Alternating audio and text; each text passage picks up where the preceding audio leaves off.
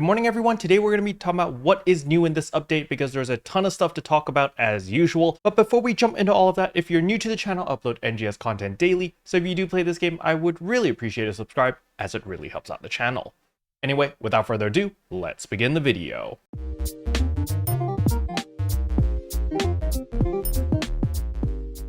Alright, so first things first, let's talk about the free stuff. When you press escape, you go to systems, you go to get campaign items and receive item account, and you actually get the Battle Dia yellow support campaign.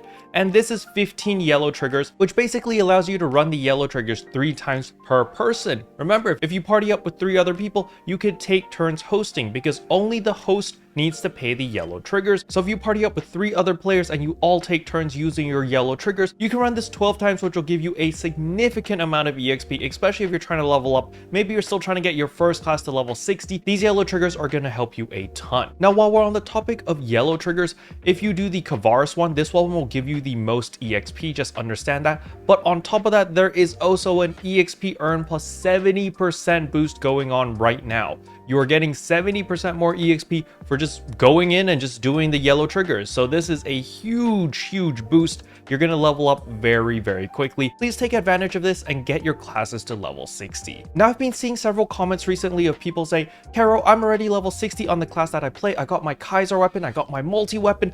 There's no end game. What else can I do in order to get stronger? What's my next big upgrade? And here comes the part on why you want to get all your classes to level 60. The reason for this is because we have add-on skills. So if you look over here, every single class has their own add-on skill, which is permanently unlocked for the entire account. So currently I'm on my ship 3 character, so a lot of my classes aren't leveled up to level 60. However, you can see that I have add-on skills on every single class. So how was I able to do this? Well, the answer is actually really simple. I did all of this on ship 2. And so it's account-wide. So even if I do visit ship 3 or ship 1, all of these add-on skills carry over with me and I automatically have them unlocked. And they are very powerful. For example, the Hunter main add-on skill is melee weapon potency up. This gives you up to 5% extra potency. That's just 5% more damage for all melee weapons. Very easy. The Fighter add-on skill gives you critical damage. The Braver add-on skill gives you critical rate. You can actually see from my Braver one, I maxed this out already. It's already maximum of 10%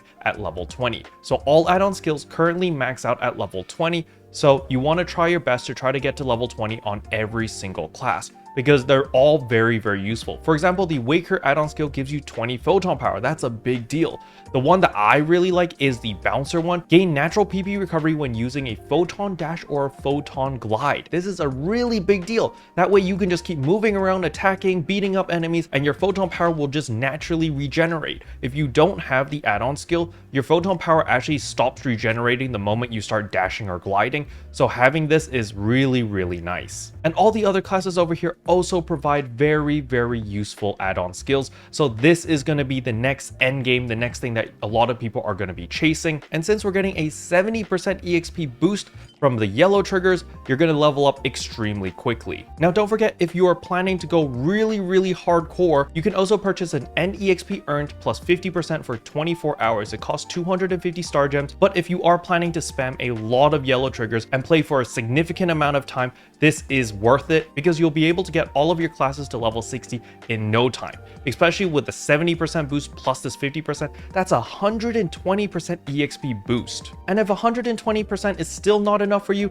you can come to the item recycle over here, and there's the NEX EXP earn plus 50%, so you could slap that on top and gain 170% EXP per run. That's actually really nuts. Now, same thing applies here. You know, you might look, oh, pay to win item, AC scratch item. Well, no, there's a second page. You can also pay with SG scratch items. Now, it is a little bit more. You do need 12 recycle badges instead of 8, but it is an option if you want to go really hard. Just keep in mind that this 50% boost only lasts for 1 hour, and this can stack on all of those other boosters because it has the EX title over here, which means it is extra, which can stack on top of regular boosters. But with leveling and add-on skills out of the way, the next thing we have to talk about is, of course, the Katana Cannonball Strike.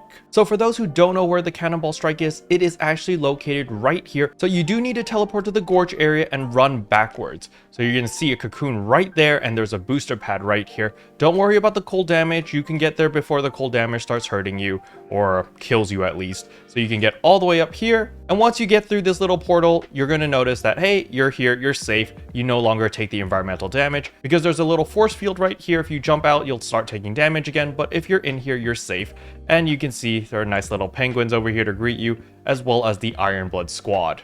Very nice. So Cannonball Strike is very straightforward. It's exactly the same as Cannonball Rumble, except it's just a lot more straightforward. You just keep running forward, you keep killing the enemies, you break all the orbs, and you get to the very end. And when you complete it for the very first time, you'll be able to unlock modifiers. So here you can see that I select all of the modifiers and we go in and everything hurts like heck. However, if you are farming for augments as well as class X cubes, or maybe you're even going for those cosmetic items, I do recommend running Cannonball Strike with all of the modifiers turned on, because honestly, it's not too difficult. It doesn't increase the mob's HP, which is a godsend. It makes life much easier. However, you can only heal once and you can only revive once. So that is where things get a little bit dicey, a little bit difficult, but don't worry, if you die, you automatically revive after 5 seconds. No one needs to come over to revive you. If you just wait 5 seconds, you will automatically revive and you can continue on with your merry way. I know a lot of people get very concerned when they get near the end and then the gigantic starts chasing them and just starts one-shotting everyone and everyone's dying left and right. So when you're trying your best to get a high score and teammates are dying left and right behind you, you don't have to go back to revive them. Especially if you only have one revive, you might want to save that for the very last room, because that room, there's a lot of targets over there. I think it's the same map every time as well. But either way, Cannonball Strike is really fun. The rewards are really good. You actually get 6 class X cubes by doing this. So if you don't want to run yellow triggers and level up all your classes to 60 to get your class EX cubes that way, you could always just use Cannonball Strike, farm for those 6 random class X cubes every run. Just do it a bajillion times and you'll also be able to get all of your add-on skills to level 20 eventually as well. So you know, it's really up to you. If you prefer to just play one class and one class only, maybe you don't like any of the other classes and you're like me and you only like the Braver, Cannonball Strike is probably the way to do it. But if you want to try out all the different classes, then by all means, definitely yellow triggers is very nice now with all of those EXP boosts that you can stack on top of each other. And as you can see here, we got an S rank on the Cannonball Strike, and I got that beautiful cosmetic item. Now, I decided to sell it because it was worth a lot, as I got this from a drop like 2 hours after the servers went live, so it just made sense for me to sell it. I don't know the drop rate for this, so hopefully it's not some super duper crazy rare item. Now, talking about fashion, there is a new AC Scratch Reminiscent Collection too. There are some very good items in this scratch, such as Motion Glide Wing Spread. This is the angelic one. I use this currently as my glide animation. It's very pretty. There's the Dualante hair, which is also one of my favorites over here. It's very beautiful. I really love this hair. Something to keep note of is when you're previewing an outfit, you can go to advanced settings over here. So on the keyboard, it's X. I don't know what it is on PlayStation, but it'll tell you what the icon is here. You can actually click on this and hide different pieces of the outfit. So for example, this hairstyle, it has this like bandana looking thing, but you can actually hide it. And you see hide head adornment, and now you know what hairstyles and what outfits can have removable parts or parts that you can hide because you might not want that. Like this hairstyle looks really nice even without the bandana. So yeah, I really like this hairstyle. But now it is time for me to destroy the market, and everyone's gonna blame me for this, but the Lacerating Sakura as well as the Wyvern's Cutting Riddle are back.